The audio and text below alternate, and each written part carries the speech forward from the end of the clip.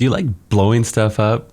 I mean, like really blowing stuff up. Like some people want to watch the world burn kind of thing. Then you're going to love the LOD Necromancer Corpse Explosion speed and push build for season 22. One of the most visually cool builds to look at. Really easy to play for speeds especially. As you can see in the footage here, you're just like porting around and blowing up corpses, right? We're creating corpses with Land of the Dead, with Messerschmitt for speeds. Since we don't need the extra damage, we're able to get lots and lots of cooldown. If you don't know, Messerschmitt's Reaver reduces the cooldown of your skills when you kill stuff. So during speed runs, we're typically really fast. And with the cube season, we can carry more things in the cube. In addition, we have shadow clones fighting with us. Now in the footage that you'll be watching, I typically don't pop power or conduit pylons because I don't want to mess up the testing. Sometimes I do it by accident, like halfway through the run.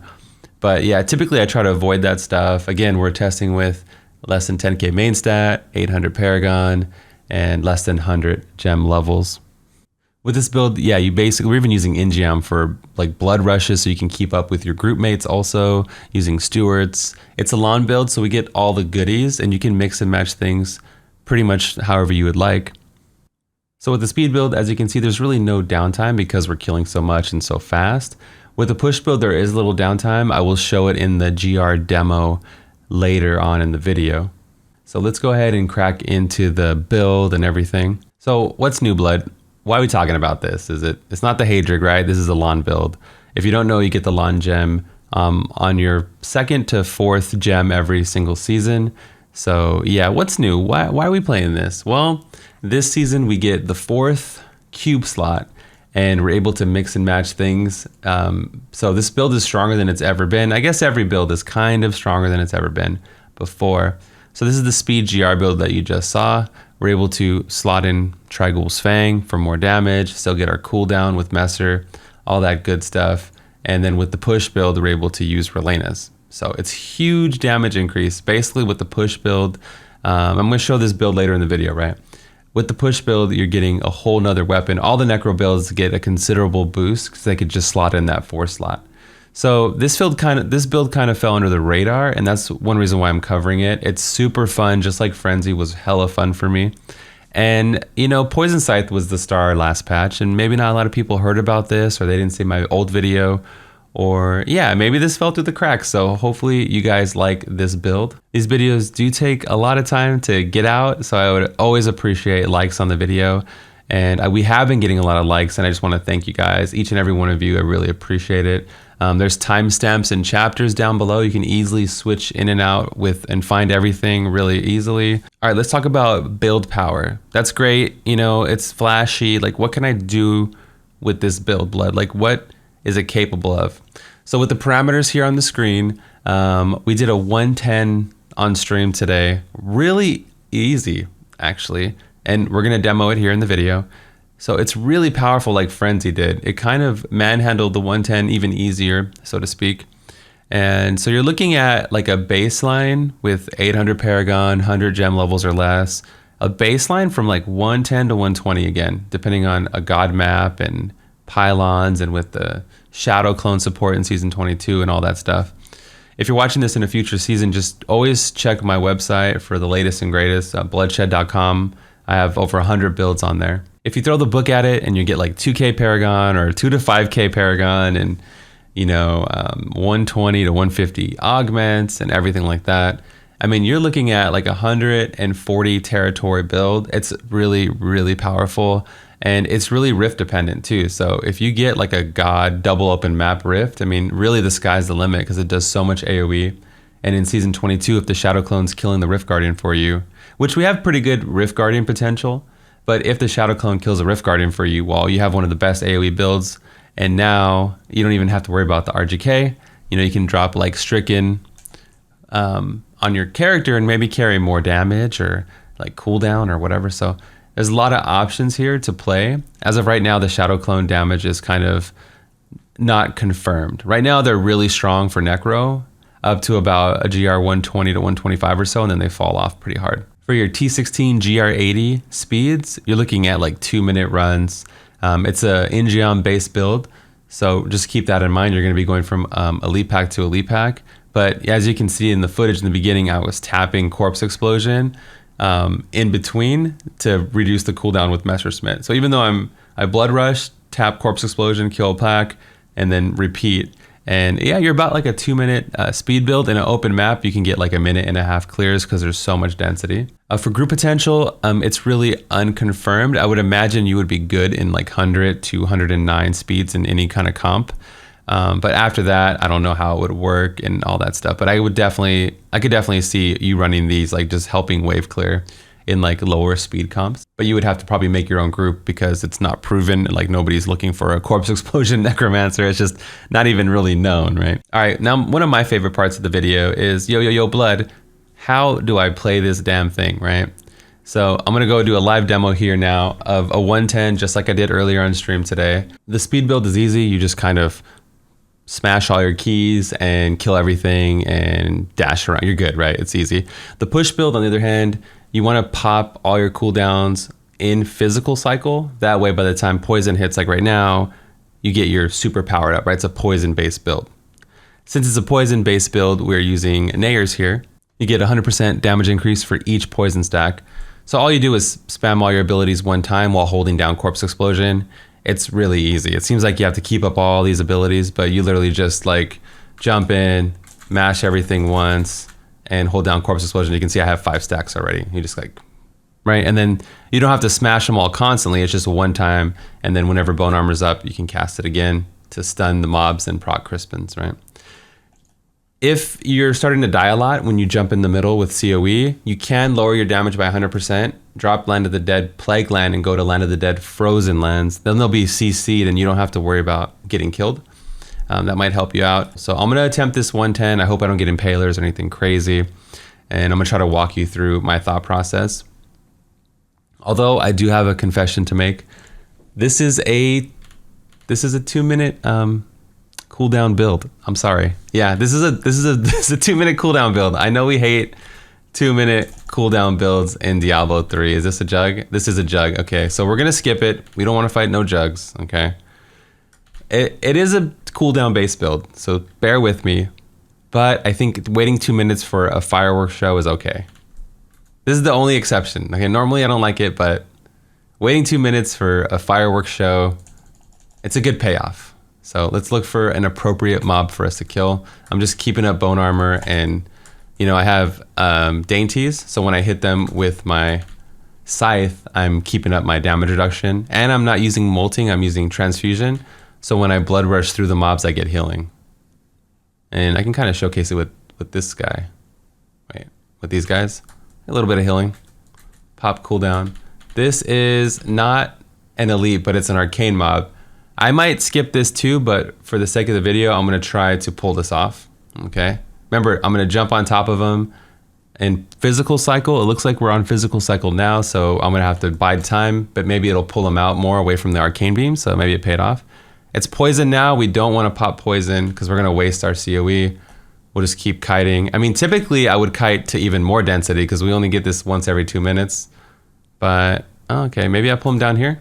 Maybe we make a meal out of it, right? And you can kind of really see the power of the build. It is not a juggernaut. It's a double beams.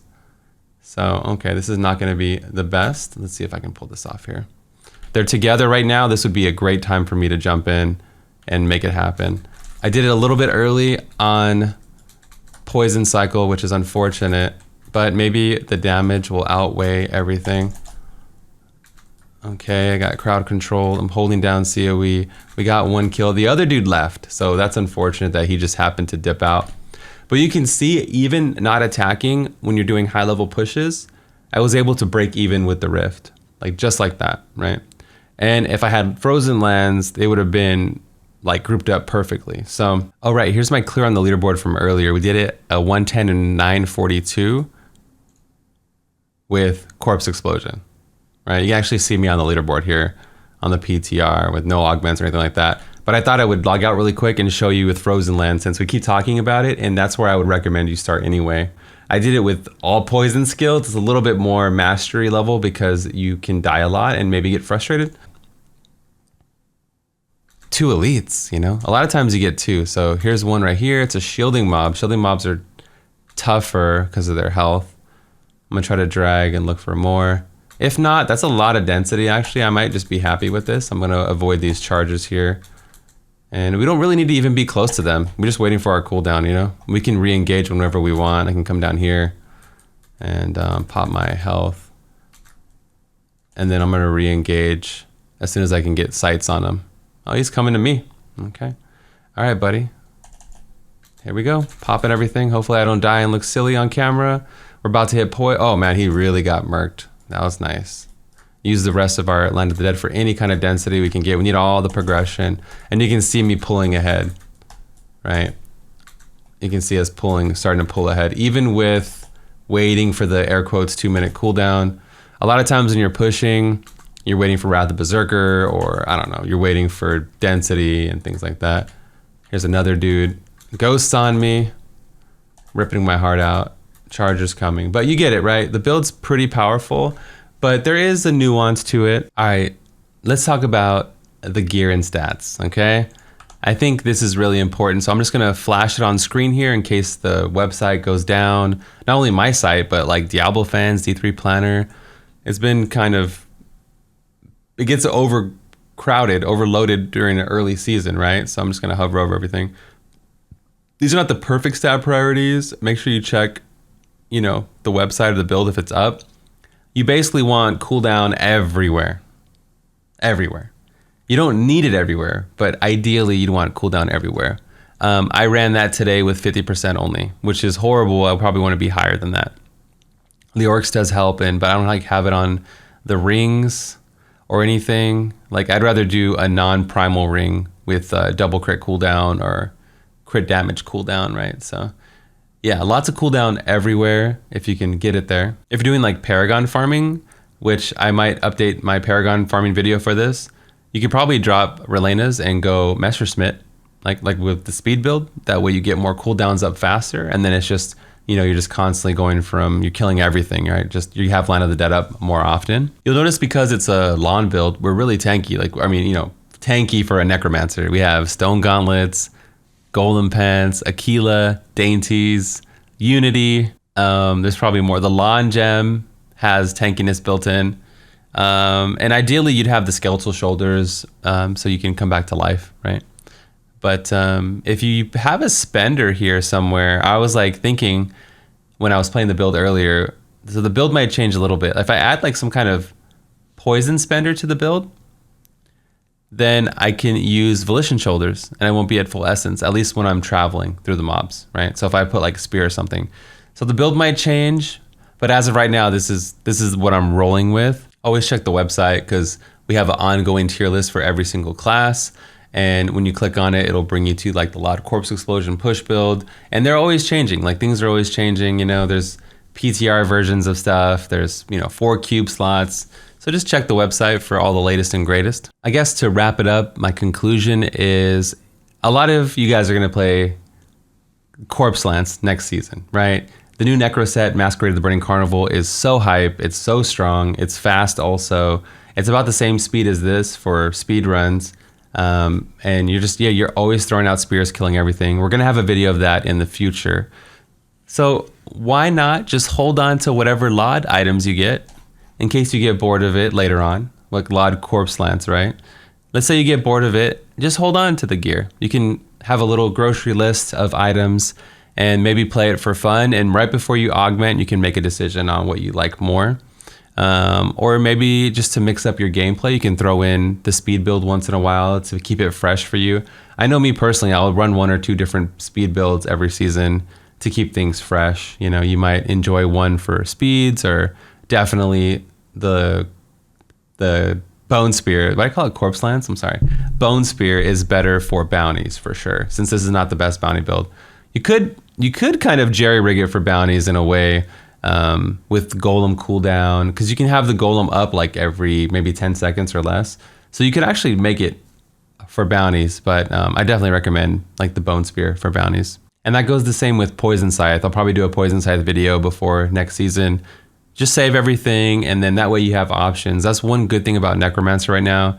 Right now, Bone Spear's in the S tier, I would say. This build is really high. This build's like in the high A, low S tier currently. I'd say like in the high A tier currently for this. And Poison Sights in the S tier. So you have 3 super great builds to choose from. Why not play them all and see what you like before you augment? You know, that would be good. Timestamps below, links down below. If you want to support, you can check out our community on Discord, Patreon, social media links, all the links in the description, and a website with over 100 plus builds. Thanks for everything for watching. Thanks for all the support on the new format. And I'm going to get back on the grind. This is Bloodshed, and I'm out of here. Peace.